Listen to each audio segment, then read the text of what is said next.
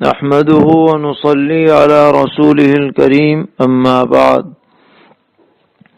رب اشرح لي صدري ويسر لي أمري واحلل عقدة من لساني يفقه قولي۔ دینی رہنمائی کی 17ویں مجلس میں سبھی سامعین کرام کی خدمت میں السلام علیکم ورحمۃ اللہ وبرکاتہ عرض ہے۔ رمضان المبارک کے 2 عشرے الحمدللہ گزر چکے ہیں اور کل سے انشاءاللہ آخری عشرہ شروع ہونے والا ہے، اور اس آخری عشرے میں ایک اہم عبادت انجام دی جاتی ہے جسے اعتکاف کہتے ہیں، یعنی عبادت کی نیت سے کسی جگہ پر قیام کرنا اور ٹھہرنا۔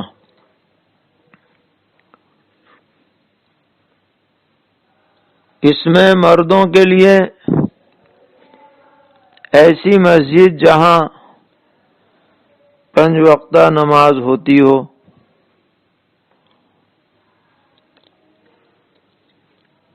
اور عورتوں کے لیے اپنے گھر کے کسی حصے کو جہاں وہ نماز پڑھتی ہوں متعین کر کے یہ عبادت انجام دی جا سکتی ہے، اور یہ عبادت سنت مؤکدہ علی الکفایہ ہے۔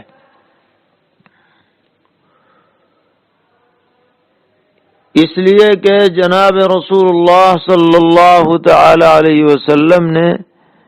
اس کا ہر سال بہت اہتمام فرمایا اور عذر کے بغیر ناغہ نہیں فرمایا، لیکن چونکہ ہر ایک کے لیے اس عبادت کو بذات خود انجام دینا مشکل ہے۔ اگر یہ کہا جائے سبھی مسجد میں چلے جاؤ تو یہ تو بہت مشکل کام ہے، اس لیے اسے سنت کفایہ قرار دیا گیا کہ اگر کچھ لوگ بھی انجام دے لیں تو بقیہ سب کی طرف سے سنت ادا ہو جاتی ہے۔ تو بہتر یہ ہے کہ ہر مسجد میں 1-2 آدمی موجودہ حالات میں اعتکاف کا ارادہ کر لیں، اور اگر ہر مسجد میں نہ ہو تو محلے کی ایک مسجد میں تو ہو ہی جائے کم سے کم،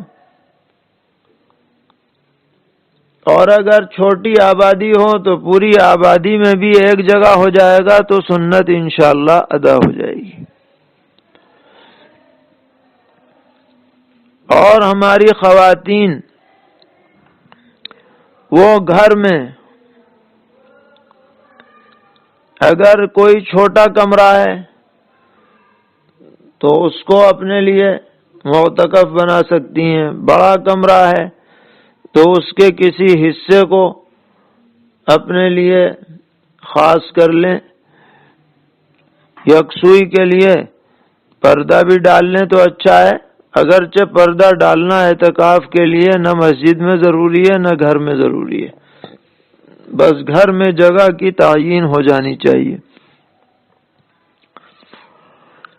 اب اسی سلسلے میں ایک سوال آیا ہوا ہے کہ معتکفہ دوسرے کمرے میں حمام کے لیے جا سکتی ہے یا نہیں؟ تو اگر جس کمرے میں اس نے اپنا معتکف بنا رکھا ہے اس کمرے میں حمام موجود ہے تو اسے چھوڑ کر بلا وجہ دوسرے کمرے میں نہ جائے، اور اگر حمام موجود نہیں ہے یا ہے مگر مشغول ہے اور اسے تقاضا ہے تو جا سکتی ہے، کوئی حرج کی بات نہیں ہے، اس سے اعتکاف پر کوئی اثر نہیں پڑے گا۔ ایک اور سوال اسی سلسلے میں پوچھا گیا کہ معتکفہ اپنے معتکف سے نکل کر حال کمرے میں جماعت میں شامل ہو سکتی ہے یا نہیں؟ یعنی آج کل گھروں میں چونکہ نمازیں پڑھی جا رہی ہیں اور لوگ جماعت سے پڑھ رہے ہیں، خواتین بھی پڑھ رہی ہیں گھر کے لوگوں کے ساتھ، تو اگر کوئی عورت اس طریقے پر اعتکاف میں ہے تو وہ اپنے معتکف سے نکل کر جماعت میں شامل ہو سکتی ہے یا نہیں، یہ سوال کیا گیا ہے۔ تو اگر کمرہ چھوٹا ہے اور اس کو اس نے معتکف بنایا، وہیں جماعت بھی ہو رہی ہے 2-4 آدمی مل کر، تو وہ بلا شبہ اس جماعت میں شریک ہو سکتی ہے۔ اور اگر کمرہ بڑا ہے اور اس کا معتکف ایک کونے میں ہے، ایک حصے میں ہے، پورے میں نہیں ہے، جو اس کی نماز پڑھنے کی جگہ ہے اسی کو اس نے معتکف بنایا، اسی کو معتکف بنانا بھی چاہیے۔ تو اگر اسی حصے میں جماعت کی جانے لگے جہاں اس کا معتکف تھا تو وہ جماعت میں شامل ہو سکتی ہے، اس میں بھی کوئی حرج نہیں، گویا معتکف سے نکلے بغیر اس میں شامل ہو جائے، یا جماعت کی صفیں وہاں تک پہنچ رہی ہوں اور یہ اپنے معتکف میں اس میں شریک ہو جائے اسی جماعت میں، تو بھی کوئی حرج نہیں۔ لیکن بڑے حال کمرے میں اگر دوسری طرف جماعت ہو رہی ہے اور بیچ میں فاصلہ ہے اور یہ معتکف سے نکل کر اگر جماعت میں شریک ہوگی تو پھر اس کا اعتکاف صحیح نہیں رہے گا۔ ان باتوں کا خیال کرتے ہوئے جماعت کا اہتمام ہونا چاہیے۔ ایک سوال یہ ہے کہ معتکفہ اپنے معتکف میں رہتے ہوئے کوئی گھر کا کام کر سکتی ہے، مثلا سبزی کاٹ لی وہیں بیٹھے بیٹھے، یا کوئی سینے پرونے کا کام کر لیا، تو معتکف میں رہتے ہوئے کر سکتی ہے، لیکن بلا ضرورت نہ کرے تو بہتر ہے۔ افضل یہی ہے کہ یکسوئی اختیار کرے عبادت کے لیے۔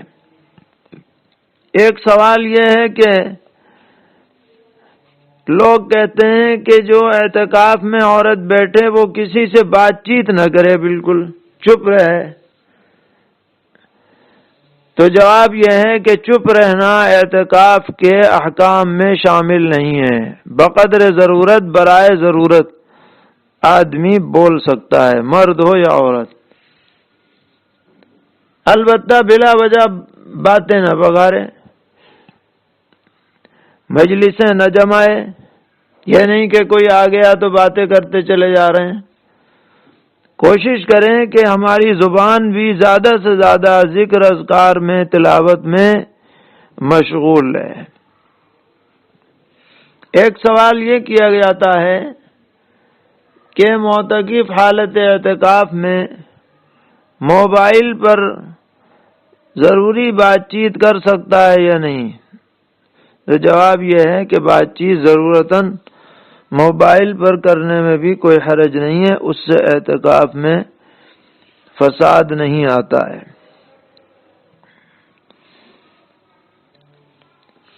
اس کے بعد ایک سوال ہے تہجد کے متعلق کہ اگر کوئی شخص رات میں نہ سوئے تو کیا وہ تہجد کی نماز پڑھ سکتا ہے یا نہیں؟ تو جواب یہ ہے کہ تہجد کا اصل وقت آخری شب ہے، رات کا آخری حصہ، اور اس کے لیے پہلے سے سونا کوئی ضروری نہیں ہے۔ اگر سو کر کے اٹھ جائیں اس وقت میں نماز پڑھ لیں تو بھی تہجد کا ثواب ملے گا، اور اگر جاگتے رہیں جیسا کہ آج کل رمضان میں بہت سے باتوفیق خوش نصیب بندے پوری رات عبادت میں لگاتے ہیں اور وہ تہجد کے وقت میں پڑھیں تو انشاءاللہ انہیں بھی پورا ثواب ملے گا۔ اس لیے اللہ تعالی کی رحمت سے امید یہی رکھنی چاہیے کہ جو تہجد کے وقت میں عبادت کرے گا، چاہے وہ پہلے سے سویا ہو یا نہ سویا ہو، انشاءاللہ اسے بھرپور ثواب سے نوازا جائے گا۔ ایک سوال صلاۃ التسبیح کے بارے میں ہے کہ میں نے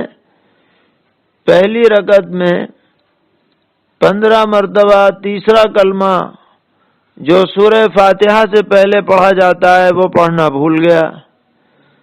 پھر بعد میں یاد آیا تو دیگر رکن میں اسے پورا کر لیا، 75 کی تعداد پوری کر لی، تو کیا میرے اوپر سجدہ سہو لازم ہے؟ جواب یہ ہے کہ سجدہ سہو لازم نہیں ہے۔ یہ بات ہم پہلے بھی بتا چکے ہیں کہ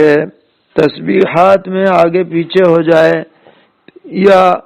کمی بیشی ہو جائے اس سے کوئی سجدہ سہو صلاۃ التسبیح میں لازم نہیں ہوتا ہے۔ ایک سوال یہ ہے کہ نماز میں قیام صرف فرض اور واجب نماز میں ہی فرض ہے یا سنت اور نفل میں بھی فرض ہے؟ تو جواب یہ ہے کہ یہ فرض اور واجب میں فرض ہے،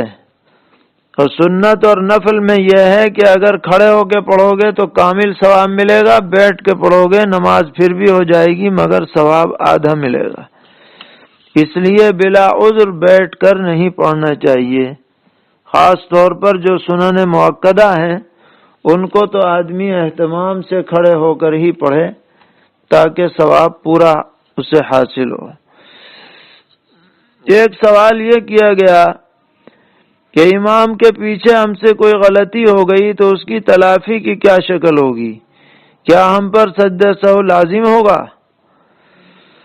ایسا بھی ہوتا ہے کہ نیند کے غلبے کی وجہ سے رکوع چھوٹ جاتا ہے یا ایک ہی سجدہ ہو جاتا ہے، تو ایسی صورت میں کیا کرنا چاہیے؟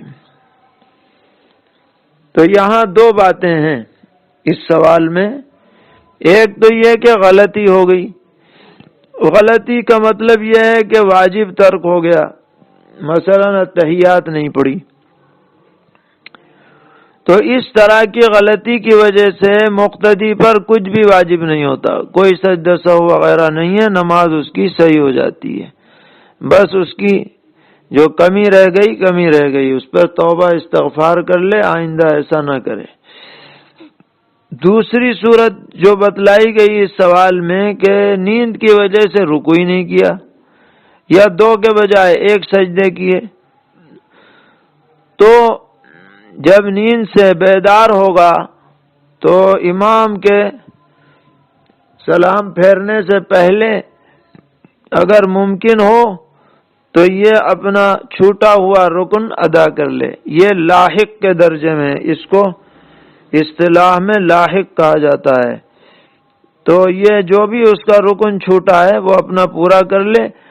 امام کے سلام پھیرنے سے پہلے پورا کر لے، اور اگر سلام پھیرنے سے پہلے نہ ہو تو بعد میں بھی کر سکتا ہے، لیکن کر لے بہرحال۔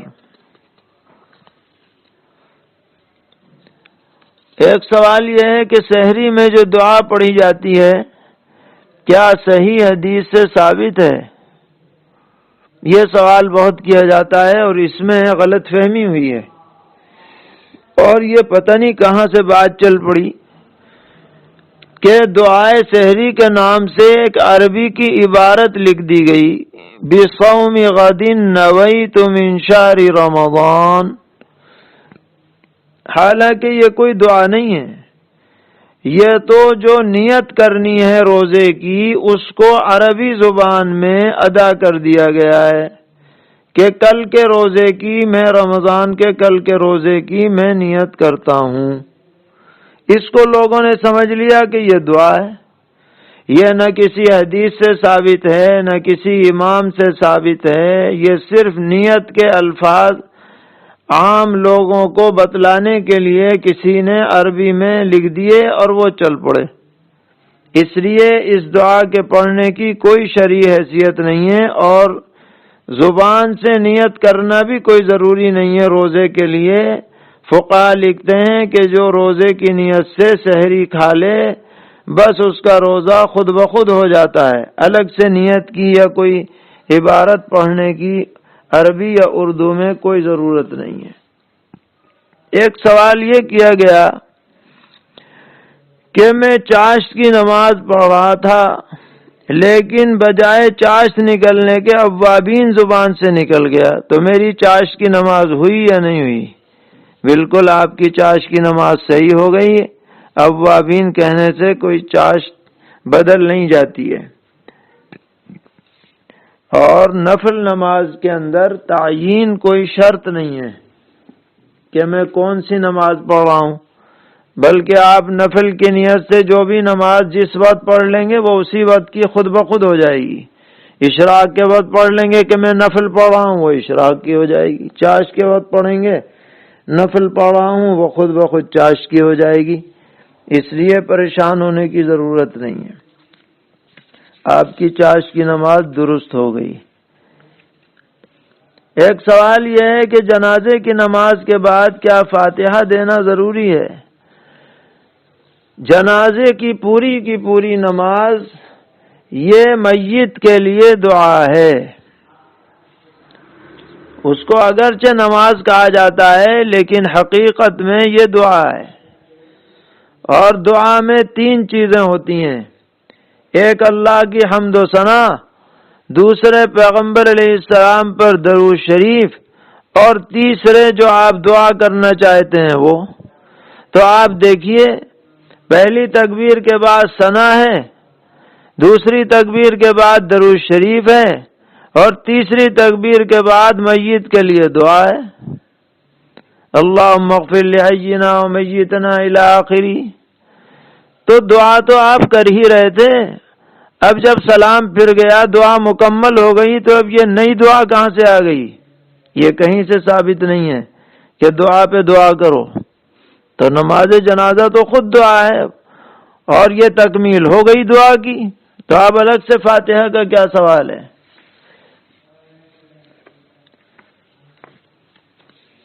ایک صاحب نے پوچھا ہے کہ کسی شخص کو مالک نصاب بننے کی حتمی تاریخ معلوم نہ ہو اور نہ ہی وہ رمضان کے کسی متعین تاریخ کو حساب لگاتا ہو، بلکہ کبھی آگے لگا لیا کبھی پیچھے لگا لیا، تو پھر اس کی زکوٰۃ کا کیا ہوگا؟ اور اگر یہ صحیح نہیں ہے طریقہ تو گزشتہ جو زکوٰتیں نکالی گئیں اس کا کیا ہوگا؟ تو جواب یہ ہے کہ جو گزشتہ ہوا سو ہوا، اللہ سے مغفرت طلب کرو، اور اب آپ اندازہ لگاؤ کہ کن تاریخوں میں آپ پہلی مرتبہ مالک نصاب بنے تھے۔ کچھ بھی اندازہ لگا لیجئے، آس پاس آگے پیچھے جو بھی ہو، اور پھر اس ایک تاریخ کو آپ متعین کر دیجئے، مسلسل اسی تاریخ میں ہر سال قمری مہینے کے اعتبار سے، مثلا 1 رمضان ہو، 15 شعبان ہو، 15 شوال ہو، جو بھی ہو، اس ایک تاریخ میں آپ پورا حساب اپنا بینک بیلنس اور جتنی بھی چیزیں ہیں ان سب کو جوڑ کر کے اور پھر زکوٰۃ ادا کرنے کا اہتمام کریں۔ ایک سوال کیا گیا ہے کہ کیا فطرہ نابالغ پر واجب ہے؟ نابالغ پر فطرہ اس کے باپ پر ہے، اگر باپ صاحب استطاعت ہو تو وہ اپنی نابالغ اولاد کی طرف سے بھی فطرہ نکالے گا۔ کل ایک مسئلہ آیا تھا، اس کی وضاحت بھی کر دی جائے کہ پوچھا گیا تھا کہ نابالغ بچے کو زکوٰۃ دی جا سکتی ہے یا نہیں، تو سوال تھا چھوٹے نابالغ کے بارے میں، لیکن اگر وہ نابالغ 13-14 سال کا ہے جس کو مراہق کہا جاتا ہے اور وہ سمجھدار ہے، باشعور ہے اور وہ پیسہ قبضے میں لے سکتا ہے، تو فقہا نے لکھا ہے کہ اس کو زکوٰۃ دیں گے تو زکوٰۃ ادا ہو جائے گی۔ اس لیے کل جو مسئلہ بتایا گیا وہ بے شعور بچے کے بارے میں تھا، مراہق کے بارے میں نہیں تھا۔ ایک سوال زکوٰۃ ہی کے بارے میں پوچھا گیا ہے کہ میری بہن ایک مشترکہ خاندان سے تعلق رکھتی ہیں اور ان کے شوہر تو کچھ نہیں کرتے، وہ خود ملازمت کرتی ہیں اور ان پر زکوٰۃ فرض بھی ہے، تو وہ چاہتی ہیں کہ اپنی زکوٰۃ سے اپنی غیر شادی شدہ نند کی مدد کروں، تو ان کی زکوٰۃ ادا ہوگی یا نہیں ہوگی؟ تو جواب یہ ہے کہ کوئی حرج نہیں ہے، وہ اپنی نند کی مدد کر سکتی ہیں زکوٰۃ سے، زکوٰۃ ان کی بلا شبہ ادا ہو جائے گی۔ ایک صاحب نے پوچھا ہے کہ ہم نے آج سے 7 مہینہ پہلے عمرہ کرنے کے لیے ٹور والے کے پاس ایک رقم جمع کرائی تھی اور اپریل میں سفر کا ارادہ تھا، لیکن حالات کی وجہ سے سفر نہیں ہو سکا۔ اب ٹور والے کی طرف سے ہمیں اختیار ملا ہوا ہے کہ چاہیں تو ہم رقم واپس لے لیں، چاہیں جمع کرا کے رکھیں، جب حالات درست ہوں تو ہم سفر میں جائیں، تو اس جمع شدہ رقم پر زکوٰۃ واجب ہوگی یا نہیں؟ تو ہاں، اس رقم پر زکوٰۃ واجب ہے، چاہے آپ ابھی نکالیں یا اگر وہ واپس مل جائے رقم جب نکالیں، آپ کو اختیار ہے، لیکن آپ کو زکوٰۃ اس کی دینی ہوگی۔ ایک سوال ہے کہ ایک صاحب نے اپنی بیٹی کے لیے زیور تیار کرانے کے واسطے سونار کو پیسے دے رکھے ہیں، تو ان پر زکوٰۃ واجب ہے یا نہیں؟ تو زکوٰۃ واجب ہے، کیونکہ وہ آپ کی ملکیت ہے، اس کے پاس رکھے ہوئے ہیں، زکوٰۃ اس کی ادا کرنی ہوگی۔ ایک سوال یہ کیا گیا ہے کہ جو بچہ پیدا ہوتا ہے تو اس کے کان میں اذان دینا کیا فرض ہے؟ اگر بر وقت نہ دی گئی تو بعد میں دی جا سکتی ہے یا نہیں؟ فرض تو نہیں ہے، لیکن سنت ہے۔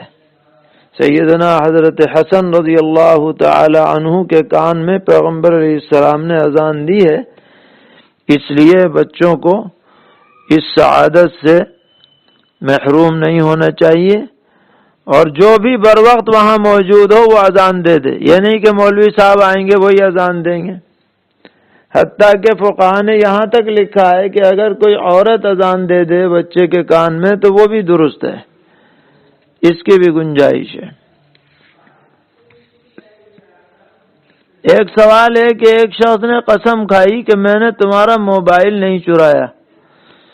تو اس کا کیا کفارہ ہوگا؟ تو 2 حال سے خالی نہیں، یا تو جھوٹی قسم کھائی ہے، یعنی چرایا تھا پھر قسم کھا لی کہ میں نے نہیں چرایا، تو یہ بہت بھاری قسم کی قسم ہوتی ہے جس کو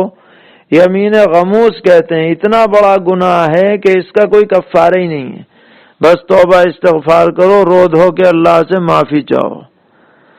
اور اگر آپ نے قسم سچی کھائی ہے، چرایا ہی نہیں، اور قسم کھا لی کہ میں نے نہیں چرایا، تو کوئی کفارہ واجب نہیں۔ ایک صاحب نے پوچھا کہ قرض واپسی کے لیے کوئی وظیفہ ہمیں بتا دیں، تو حسبنا اللہ و نعم الوکیل 500 مرتبہ پڑھ کر دعا کیا کریں۔ اسی ضمن میں ایک صاحب نے پوچھا ہے کہ آج کل یوٹیوب پر بہت سے لوگ طرح طرح کے پریشانیوں کے بدلے میں ان کے حل کے لیے وظیفے بتاتے رہتے ہیں، تو ان وظیفوں پر عمل کرنا کیسا ہے؟ تو آنکھ بند کر کے عمل نہ کریں، اپنے علماء سے پوچھ لیں، اس کے بعد عمل کریں۔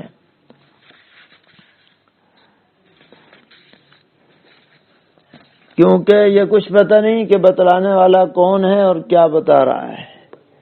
ایک صاحب نے سوال کیا ہے کہ اگر کوئی شخص کھانا کھانے میں مشغول ہو تو اس کو سلام کرنا چاہیے یا نہیں؟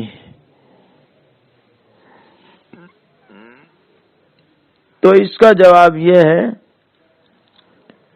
کہ اگر کوئی شخص کھانا کھانے میں مشغول ہے تو اس کو سلام کرنا مسنون نہیں ہے، لیکن اگر آپ نے کر لیا تو جو آدمی کھانا کھا رہا ہے اس پر اس سلام کا جواب دینا واجب نہیں، ضروری نہیں ہے کہ وہ جواب دے، لیکن اگر دے دے تو حرج بھی نہیں۔ اگر وہ ایسا مشغول نہیں ہے کھانے میں اور اس کا دھیان پوری طرح کھانے کی طرف نہیں ہے، آنے جانے والوں کو بھی دیکھ رہا ہے، دے دے جواب۔ تو بھی ترتیب 3 باتیں ہیں۔ جب آپ دیکھیں کہ آدمی مشغول ہے تو آپ سلام نہ کریں، اگر کر لیا تو جواب کے آپ منتظر نہ رہیں، لیکن اگر وہ جواب دے دے تو لا بأس بھی، کوئی حرج کی بات نہیں ہے۔ اسی طرح کوئی آدمی وضو میں مشغول ہے، اگر آپ نے دیکھا کہ وہ بڑے خشوع و خضوع سے وضو کر رہا ہے، دعائیں پڑھ رہا ہے، تو آپ اس کو سلام نہ کریں، لیکن اگر وہ ایسے خشوع و خضوع سے وہ وضو نہیں کر رہا، آپ نے سلام کر لیا تو وہ جواب بھی دے سکتا ہے، کوئی زیادہ اس میں تشدد نہیں ہے۔ اللہ تعالی ہم سب کو ہر سطح پر دین پر عمل کی توفیق عطا فرمائیں اور ہر قسم کے شرور سے محفوظ رکھیں۔ وصلی اللہ تعالی علی خیر خلقہ محمد وآلہ وصحبہ اجمعین برحمتک یا ارحم الراحمین۔